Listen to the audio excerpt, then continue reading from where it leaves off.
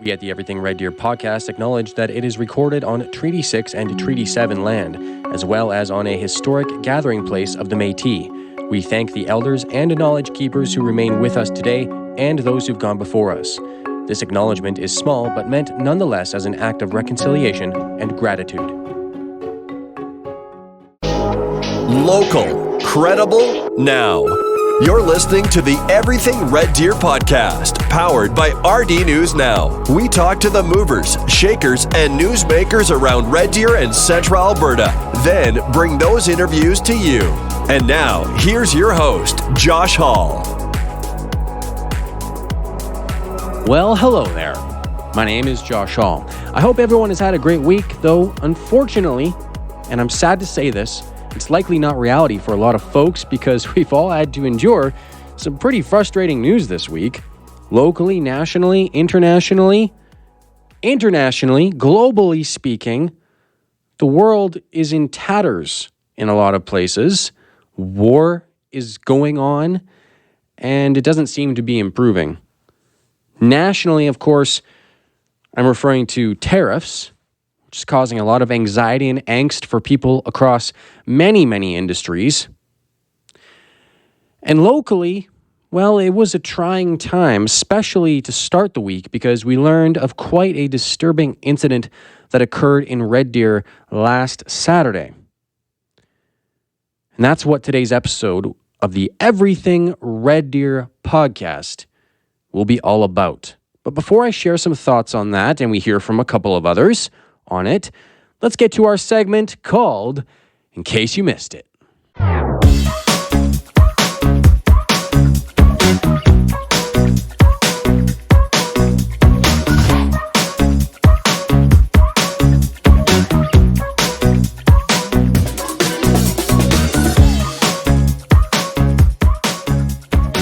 Brianna Lizotte of Sylvan Lake, a Métis fiddler, has been nominated for a Juno Award. Her album Winston and I is nominated in the category for Traditional Indigenous Artist or Group of the Year. Good luck to her on March 30th when the Junos go down in Vancouver. Congrats also go out to the Lindsay Thurber esports team, which is moving up in the international ranks of Rocket League. It's actually a pretty cool thing. Check out our story on that. And speaking of Lindsay Thurber, their improv team recently won silver and bronze medals at two recent competitions. There is a pretty neat video up on our website of that team working its comedy and improv magic. Elsewhere, there is a new cherry tomato growing operation at the Red Deer Food Bank, which continues to innovate and revolutionize how food banks operate. We also have a story up by Ashley LaValle-Koenig, which took a look at the potential use of artificial intelligence in post-secondary learning. And there were some questions in there for Red Deer Polytechnic. Meantime, RCMP are providing tips on how to avoid online scams. Elsewhere, the Coldest Night of the Year event recently raised $92,000 in Red Deer. That is simply amazing. As well, there were more details this week on how an interim cardiac catheterization lab will come to fruition at Red Deer Regional Hospital over the next couple of years. And we have coverage of the 20th anniversary of the Mayerthorpe Fallen 4 deaths. That was actually the focus of a special episode of the Everything Red Deer podcast on Sunday with the father of fallen officer Brock Myrall. Keith Myrall was our guest that day. We also had an episode focusing on the aforementioned tariffs, with written editions of those interviews also available, ranging from automotive to home building, economics with Scotia Wealth, and Red Deer Polytechnic. And don't look now, but the Red Deer Rebels are surging. Last week, I did mention it looks like they're going to miss the playoffs, and to be honest, the chances are still pretty slim for them to make it. But they've helped themselves this week with a few wins, including a 10-2 win over Kelowna, winning game after game this week. Unfortunately, Swift Current, who they're chasing, has also been winning lately, and they still have an 11-point cushion over Red Deer with 9 games to go on the regular season schedule. But it ain't over till the math says it's over, okay? So keep coming out to the Rebels games over the next couple weeks to cheer them on. They are playing with a lot of pride. Again, for all these stories and much, much more, visit rdnewsnow.com, download our app, and subscribe to our free daily newsletter.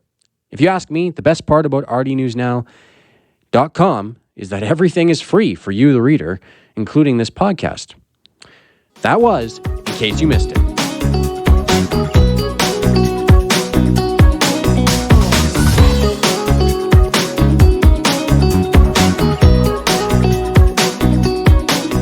Alrighty then. So, last Saturday. Yeah. Let's talk a bit about last Saturday. If you didn't see the story on Monday, we reported about an incident that took place on Saturday involving a small group of people standing outside Care for Newcomers, as well as outside the Central Alberta Immigrant Women's Association, better known as Kaiwa, and near the downtown Tim Hortons.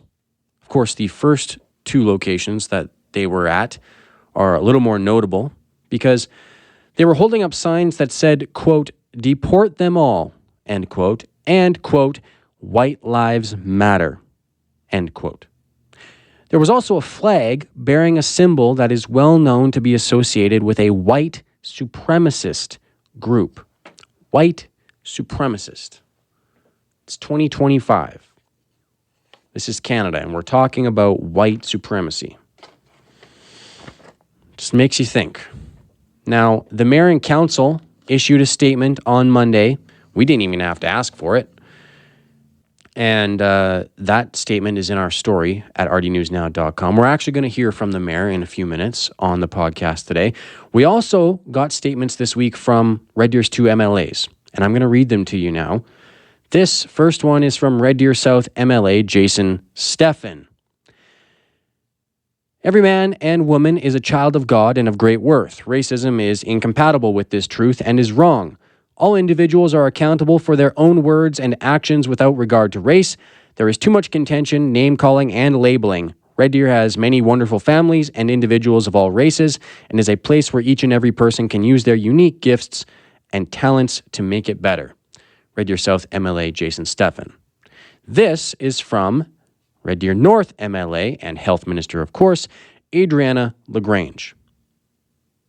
As MLA for Red Deer North, I strongly condemn the hateful symbols and racist messages displayed in our community this past weekend. I stand with Mayor Johnston in affirming that Red Deer is a city founded on inclusivity, respect, and diversity. I want to be clear that hate has no place here. These actions are unacceptable and will not be tolerated. The safety and well-being of everyone in our community is vital, and I stand with those working to ensure Red Deer remains a safe, welcoming place for all. End quote. Again, the mayor is coming up on this podcast, as well as some of my chat with the organizer of a counter-protest event that is happening this Sunday in downtown Red Deer. But this is just me talking now. Look, I have to be unbiased 98% of the time in this job, but there are times, that 2%, when it's just too blatant to not say something. Because I'm a human first, and certain things have to be confronted by people of all backgrounds and occupations.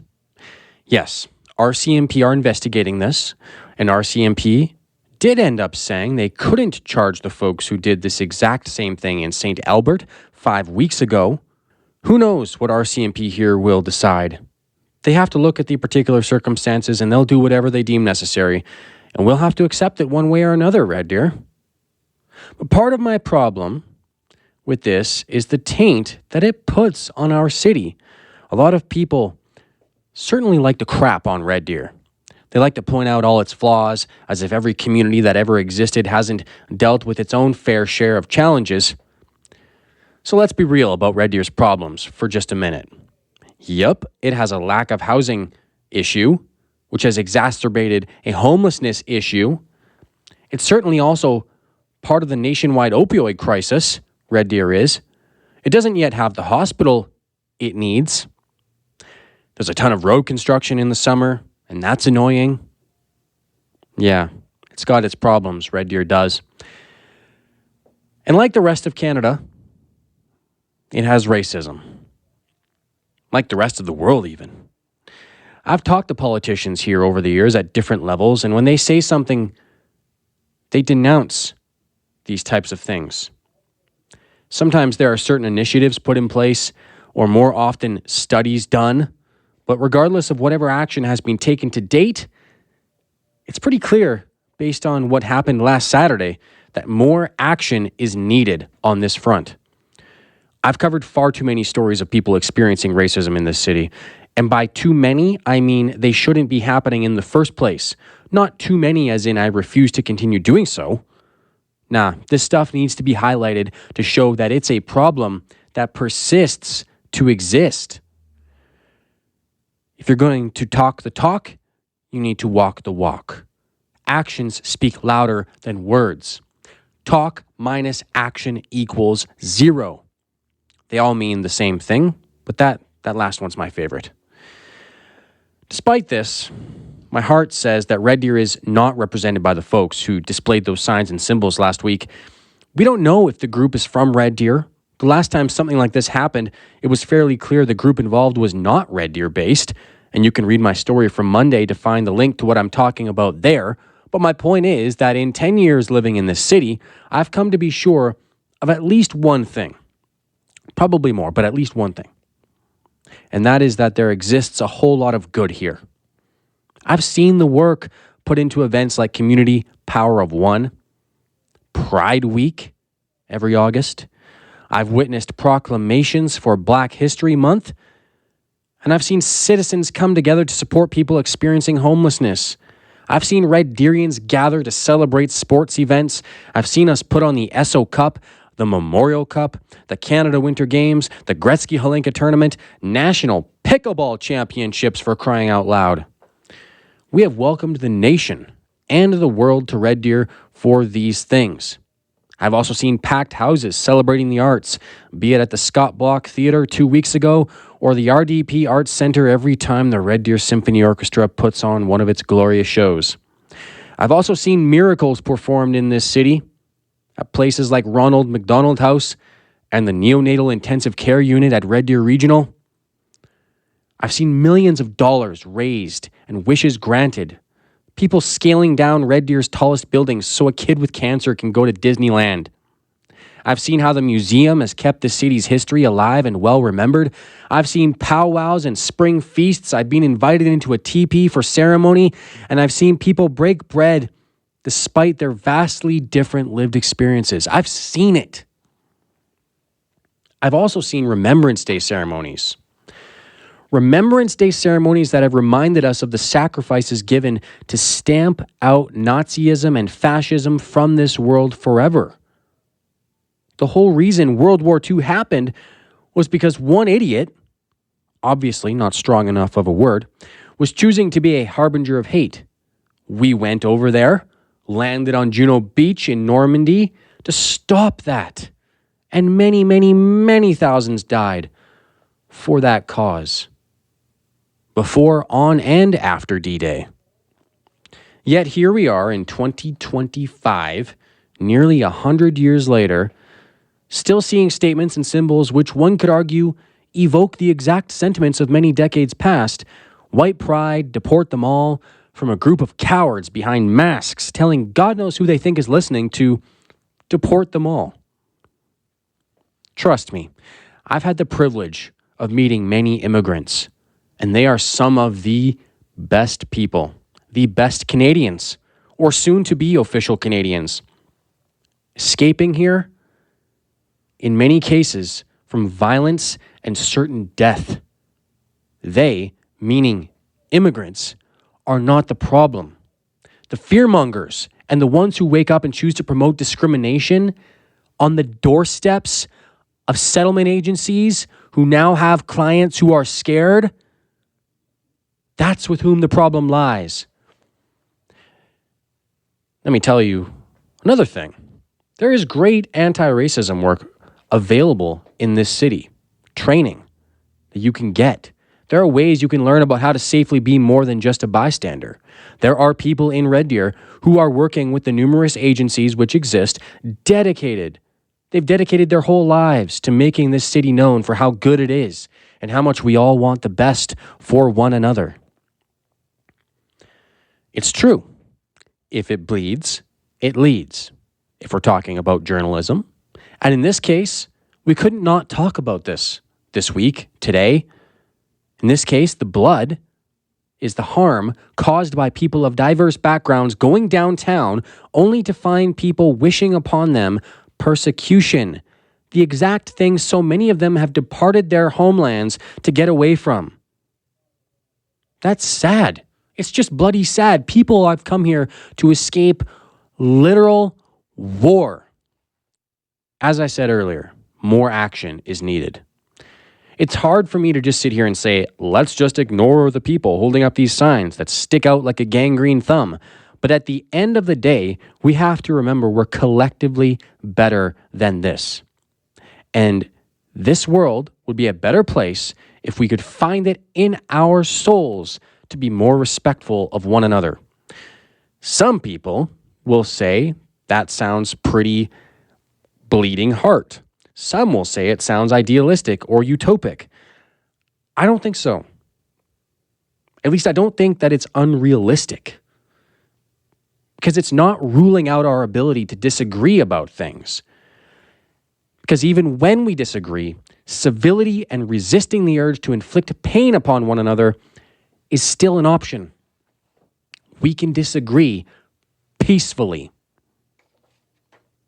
I'm not Miss America, but world peace would be nice right about now. As a matter of fact, the last month, as Canada's sovereignty has been put into question by one man, I've seen Canadians come together like no other time in the last 10 years. Not even during COVID could we come together like we have recently. It wasn't just because of a hockey game. We came together because we know what's right and we know what's wrong. My final words are these. To those folks with the signs and the symbols of discrimination, disdain, and divisiveness that showed up here last Saturday in Red Deer, stay away. Red Deer doesn't want you or need your hate. Lastly, love thy neighbor. That's my 2 cents. So before we get to some audio, I just want to let you know that this Sunday, 1 p.m., City Hall Park, there is an event happening to counter the display seen last Saturday. It's called Hugs versus Hate. And I spoke with the organizer this week. So after the break, my chat with her, Jaylene Tweedle. And then Red Deer Mayor Ken Johnston, who spoke with RD News Now's Ashley LaValle-Koenig.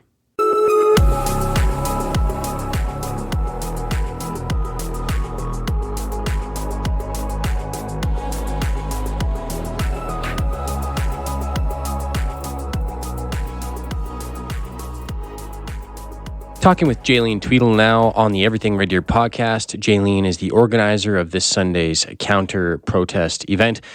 Jaylene, why was this an important thing for you to take charge on? I was just very troubled when I first heard what had happened and then saw the pictures after, because I just feel like there's no place for ignorance and hate like that in our community. And I think it's important to strongly stand up against it. And for everyone, whether they feel they're directly impacted or not, to take a stand. And I find all too often a lot of marginalized groups who are targeted are the ones that are left to stand on their own. And I think it's so important for everyone to gather as a community and to all do the work in changing this. To me, there's a privilege in being in a place where you don't feel targeted just because of your existence on a daily basis. And it's a choice to look the other way. So I think it's time that everyone, if this is not who we want to be or who we claim we aren't, we need to prove it. Okay, and what are all the details that people need to know if they'd like to attend? We're meeting at City Hall for 1 p.m. and then the plan is from 1 to 2 we'll head out to line both the east and west sides of 49th Avenue, right outside of City Hall Park, with signs of encouraging people to make signs and bring them signs with encouraging, inclusive community-minded and positive messaging to just show our support for the entire community. And then once that's done at 2, we're heading to a location just a block away to share in community for people who want to meet and gather, share some food, some conversation, and just to hold space for each other. And I think it's a great opportunity for people to network and to try to align with maybe getting more involved in the future of showing a continued stance of what we believe in and what we are not willing to accept in our community.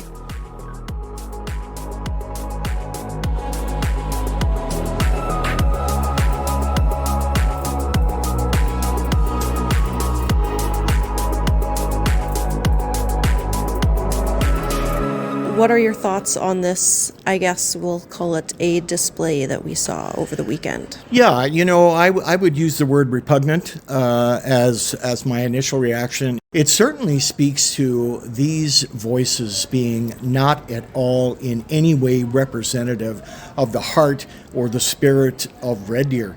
It's a shame, that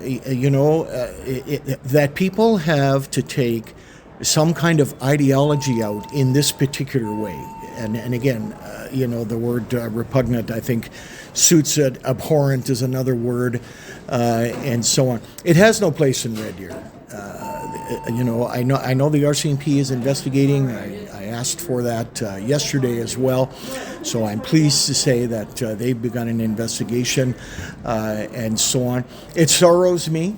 I think it sorrows every Red Deerian to see the level at what people will stoop to try to express, again, a hatred that has no logical substance and so on. So, yeah, my heart is heavy today as a mayor. It's just burdensome. It's just grievous when you travel through the city.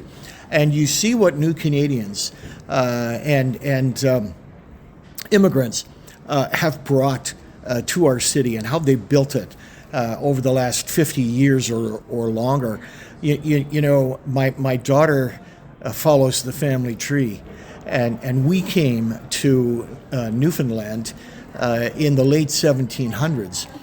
So where were we to go? When I saw these signs yesterday, where am I to go? We've built our entire economy, our entire nationhood was founded by people coming for a better life, for a better dream, for a better future. And to see these very few come up against that is quite sorrowful, maddening, and so on. Yeah. As a resident, as a councillor, now as mayor, is this the first time you've seen something this blatant kind of in Red Deer? I will say this is certainly as blatant. There have been different movements, where, did it have what I would say the inflection of racism or an undercurrent of racism.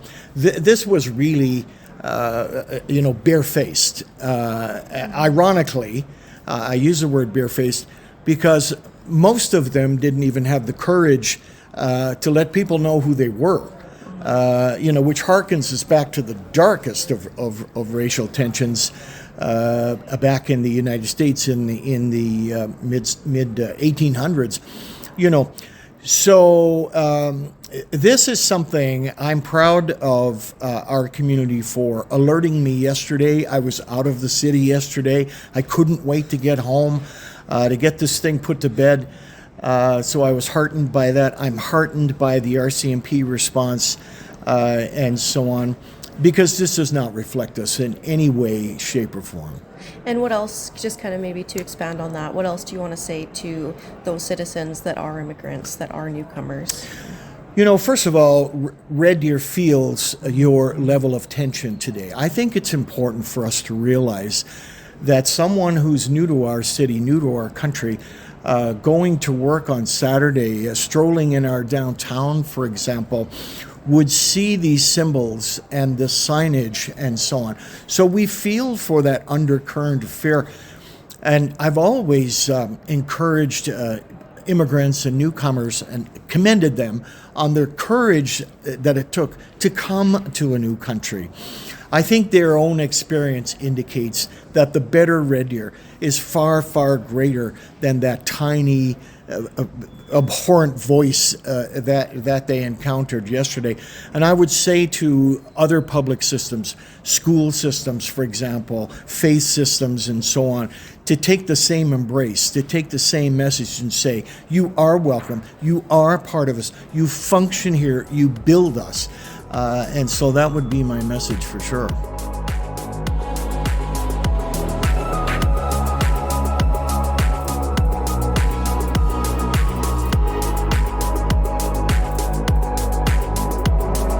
That was Red Deer Mayor Ken Johnston and counter-protest organizer Jaylene Tweedle.